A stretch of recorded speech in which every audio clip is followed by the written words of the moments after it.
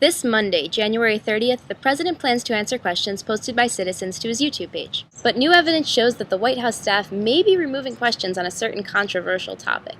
Questions posted on the White House YouTube channel today and tomorrow will go to the president for a live Google Plus hangout on Monday. Apparently, Google isn't ready to give up on Google Plus, even if the rest of us are. YouTubers can vote on their favorite questions, and those with the most votes will receive a presidential response. But one blog has uncovered tens of thousands of legitimate questions, almost all about the controversial NDAA bill that Obama signed last month, being marked as inappropriate and disappearing from the site. Is the White House to blame for the censorship of this particularly awkward subject of discussion? An article from the Suicide Girls blog shows screenshots of highly voted questions, over 12,000 of them, disappearing despite their immense popularity. If the White House staff is responsible for removing these questions, it isn't difficult to understand why. In early December, when the NDAA controversy was at its peak, President Obama vowed to veto the military appropriations bill if a controversial clause that could potentially justify the indefinite detention of American citizens was not removed. Instead, the House and Senate added language declaring the entire world America's battleground against terrorism, and on December 15th, the president signed the bill, with the controversial detention clause still intact. Despite the president's promise to never use such a bill to justify holding Americans without trial or charge, some are wary to accept his word at face value.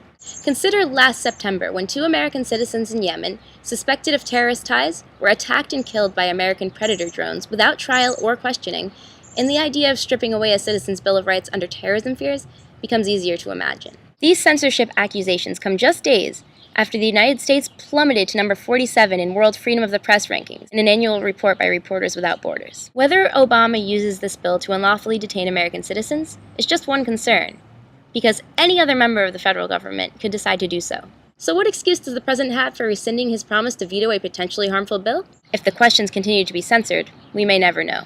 But there is one way to beat this censorship and potentially force this question into discussion. Visit the White House YouTube channel before tomorrow and submit your question about the NDAA. The White House only has so many staff members, and an overwhelming amount of questions on the subject would signal a demand for a response. Don't forget to upvote other NDAA posts and share this with your friends. America is the last place on earth where censorship, especially by the government, should be considered acceptable.